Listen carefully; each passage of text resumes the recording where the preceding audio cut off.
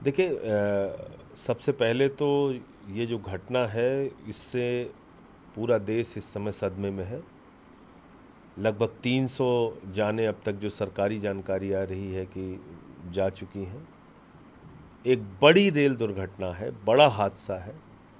मैं जो लोग इस दुर्घटना में मारे गए हैं उनके प्रति अपनी संवेदना व्यक्त करता हूं और ईश्वर से प्रार्थना करता हूं कि उनकी पुण्य आत्मा को प्रभु शांति प्रदान करें, उनके परिवार को अपार कष्ट ये जो उनके ऊपर आया है उसको सहन करने की शक्ति दे।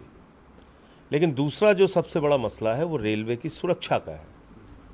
भारत की सरकार, मोदी जी की सरकार हर महीने, हर एक हफ्ते पे एक वंदे भारत ट्रेन शुरू कर रही है। मोदी जी खुद एक स्टेशन मास्टर की तरह जाते हैं, वो हरी झंडी दिखाते हैं, ट्रेन शुरू करते हैं। लेकिन रेलवे की सुरक्षा का क्या होगा? ट्रेन, आप हाई स्पीड ट्रेन चला रहे हैं, जिस ट्रैक की क्षमता 100 किलोमीटर प्रति घंटा चलने की है, उस ट्रैक पर अगर 150 किलोमीटर प्रति घंटा की ट्रेन आप चलाएंगे तो निश्चित रूप से ट्रैक कमजोर होगा। निश्चित रूप से आप दुर्घटनाओं को आमंत्रण दे रहे हैं। तो क्या आपने ट्रैक्स को अपग्रेड किया? क्या आपने ट्रैक्स को इस लायक बनाया कि उस पर हाई स्पीड ट्रेन चल सके? नहीं बनाया।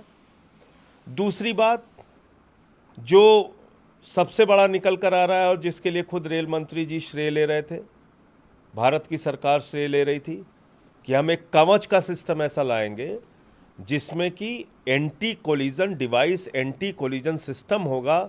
ट्रेन अगर एक ट्रैक पे चल रही होगी और उनके टकराने की कोई संभावना होगी तो ये पहले पता चल जाएगा।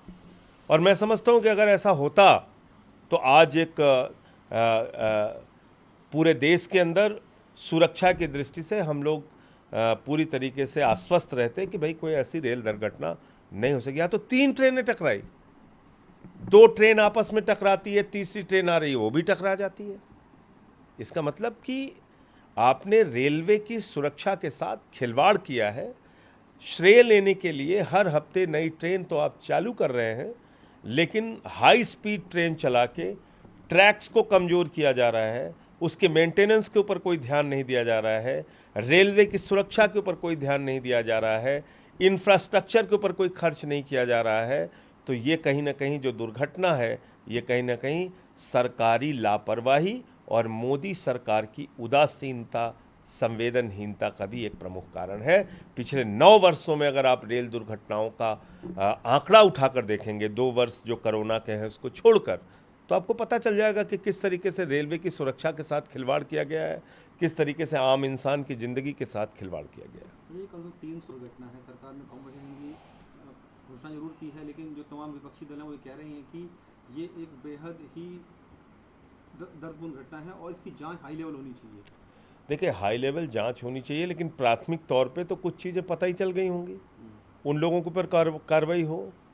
और दूसरी बात जो सबसे बड़ी जवाबदेही सरकार की है कि रेलवे सेफ्टी को लेके पिछले 9 वर्षों में आपने क्या कदम उठाए, देश के सामने रखिए ना, पता तो चले देश को।